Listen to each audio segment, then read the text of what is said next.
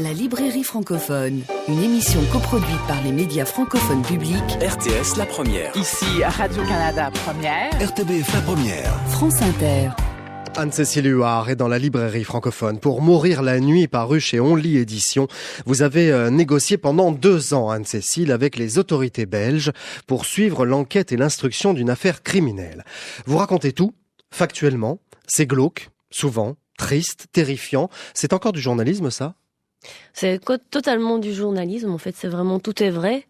Donc effectivement, au départ, je devais suivre une affaire et j'en ai suivi deux en parallèle. Donc le 3 février 2014, on a retrouvé 2 corps, un SDF sur une passerelle à l'entrée d'un parking, dans le au centre de Bruxelles, ouais. Voilà, et puis un monsieur plus nanti, enfin même beaucoup plus nanti, dans son appartement à Uccle, une commune cossue de la région bruxelloise. Et donc voilà, j'ai suivi les 2 affaires en parallèle, comme des plongées dans des univers que tout oppose.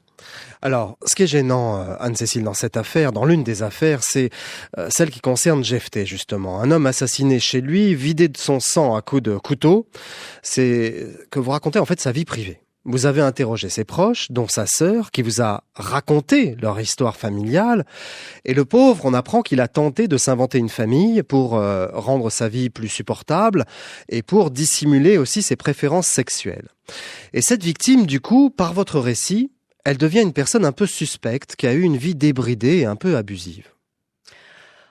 Oui et non, enfin je pense que chacun a sa part d'ombre en fait, et je n'aurais pas dévoilé tout ça si sa sœur ne m'en avait pas autorisé, et elle porte à son frère justement un amour inconditionnel, quoi qu'il ait pu faire.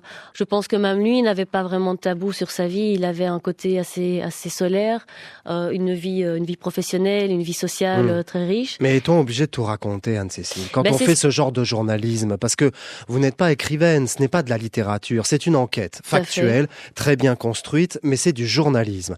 Et à l'heure où on parle justement de la protection de la vie privée, avec un homme qui est décédé, de raconter tout ça, de raconter sa vie débridée, franchement, moi, ça m'a mis en colère. On va voir avec les libraires ce qu'ils en pensent, mais pourquoi vous êtes allé jusque-là, jusqu'à tout raconter ? Parce que c'est au procès d'assises, tout est raconté pour comprendre un crime, pour comprendre comment on devient un auteur et comment on devient une victime. Et donc c'est ça. Et je pense que ça, j'ai eu l'autorisation de sa sœur. Enfin voilà, il y a rien, il y a pas de. Je pense pas que c'est du voyeurisme, pas du tout. Je pense que c'est beaucoup plus humain. Enfin moi, c'était ma démarche en tout cas, parce qu'il y a beaucoup de choses que j'aurais pu dévoiler, je ne l'ai pas fait. D'accord. Donc justement, c'est pas du voyeurisme, c'est vraiment expliquer comment on en arrive à des atrocités pareilles. Bon, on va voir avec les libraires, justement, la Suisse, la France, le Canada et la Belgique. On commence par qui ? Vous préférez commencer par qui ? La Suisse. La Suisse. Allons-y. Dominique Bressou, c'est à vous. Oui, on entend souvent la phrase banalissime, la réalité dépasse souvent la fiction, et là, c'était vraiment le cas. Moi, j'ai trouvé que c'était un livre absolument passionnant, au dialogue révoltant parfois quand on s'en prend aux victimes pendant le procès, mais quel témoignage! Et puis surtout, merci à l'auteur qui nous laisse juge sans nous asséner des commentaires superflus. En fait, le reportage parle de lui-même et chacun peut se faire sa propre conviction. Bien. Nathalie Clérin pour la Belgique, êtes-vous d'accord ? Oui, Emmanuel, pour moi, ce livre, c'est 256 pages de cheminement par rapport à la démarche de ma compatriote. À la base, je craignais d'être voyeur, et à la lecture, je me suis plutôt sentie comme un juré qui réellement comprend les choses de l'intérieur. D'autant que ça s'est passé dans des quartiers de Bruxelles que je connais fort bien. Je voudrais ajouter que Anne-Cécile écrit vraiment bien. Elle a une écriture fluide, malgré la lourdeur du sujet. Et j'ai trouvé intelligent d'avoir entremêlé 2 enquêtes, parce que ça fait vraiment prendre de la hauteur par rapport à des faits tout à fait sordides. Voilà, les libraires ne sont pas d'accord avec moi. Pour l'instant, on verra avec les 2 autres tout à l'heure. Il y a des personnages très intéressants dans votre livre, Anne-Cécile Huard. Par exemple, il y a un psychiatre qui tente de dresser le portrait robot du criminel vagabond. Il vous explique tout en détail et il dit que ce sont des personnes immatures qui ont besoin de tuteurs extérieurs, soit un travail, une compagne, un enfant, quelque chose en tout cas qui les tient. Sans cela, ils se retrouvent dans une fragilité destructrice liée à une carence affective. Et souvent, ceux que l'on appelle les psychopathes n'ont pas pu se construire au cours de leur enfance. C'est ça qui crée ces personnes-là.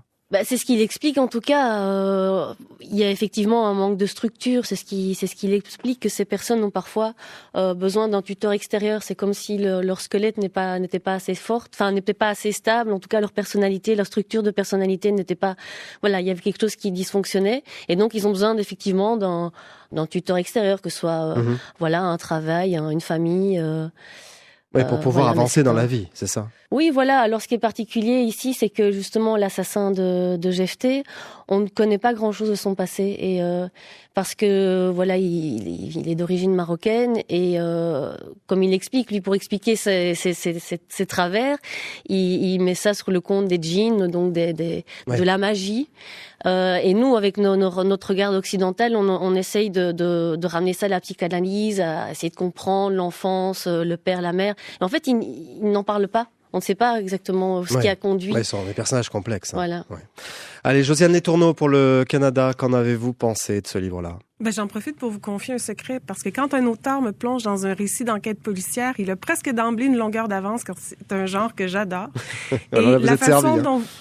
Oui, mais la façon dont vous l'avez fait, Anne-Cécile Huard, est parfaitement, à mon avis, journalistique, et vous ne mettez pas juste la bonne dose d'humanité, et ça a complètement emprisonné mon attention. Au-delà de l'intrigue policière, c'est clairement la nature humaine dans toutes ces nuances que vous dévoilez dans votre récit, et s'il existe une énigme, c'est bien celle-là. Bon voilà, on n'est pas d'accord. Hein. Pour moi, ce n'est pas du journalisme comme on l'entend, c'est du journalisme avec du voyeurisme. Anne-Rosine Vauza est en France, en Martinique, et elle est d'accord avec ses collègues aussi, je crois. Non, je n'ai malheureusement pas accroché au récit des faits divers, mais je salue quand même l'énorme travail de recherche et de précision fourni par l'auteur. On ressent tout au long du texte un souci de véracité et de clarté pour restituer tout le temps long du milieu judiciaire. Donc je trouve que c'était bien écrit. C'est bien écrit. Bon. Qu'est-ce qui vous a mis en colère, vous, Anne-Cécile, quand vous avez suivi ces parcours-là, ces procès-là? Qu'est-ce qui vous a énervé? Parce que quand on voit cette société qui est incapable de faire quoi que ce soit, ça pose des questions, non? Je pense que des personnes à la dérive, il y en a toujours eu, il y en aura toujours. Moi, ce qui m'a mis en colère, peut-être, c'est justement, je trouve qu'il y a beaucoup de femmes bienveillantes autour de ces hommes, voilà, qui soient des accusés, notamment des trois suspects. Également SDF qui s'en sont pris. Donc, on leur trouve des circonstances atténuantes. Oui, on leur trouve des circonstances atténuantes, mais aussi il y a toutes ces femmes qui essaient de les aider et qui finalement ça se retourne contre elles. Et ça, c'est quelque chose qui était récurrent aussi dans les deux affaires. Qu'est-ce qu'ils ont pensé de votre livre, les enquêteurs? Parce que je crois que vous avez été soumis à une relecture avant publication. Oui, voilà, c'était le deal. Hein. Vous l'avez accepté sans problème, ça? Mais j'avais pas le choix. Je veux dire, c'était ça ou rien. Je veux dire, voilà, c'est un reportage, c'est pas une enquête. Un reportage qui est canalisé, du coup. Oui, mais il n'y a pas eu de censure. Ils n'ont pas corrigé. Il n'y a pas eu voilà, il n'y a pas eu de pression pour que je change quoi que ce soit. Alors j'ai eu la chance de tomber justement sur deux affaires qui ont été résolues, où tout s'est passé. Voilà, non. Tout s'est bien passé, et c'était au-delà de tout ça vraiment une belle aventure humaine. Bon, merci beaucoup Anne-Cécile Huard. Mourir la nuit est paru aux éditions On Lit. Vous l'avez entendu, nos libraires ont été séduits par votre livre. On n'est pas d'accord dans l'équipe, mais c'est ça le débat culturel. Merci beaucoup Anne-Cécile. Bon courage pour cet ouvrage. À bientôt.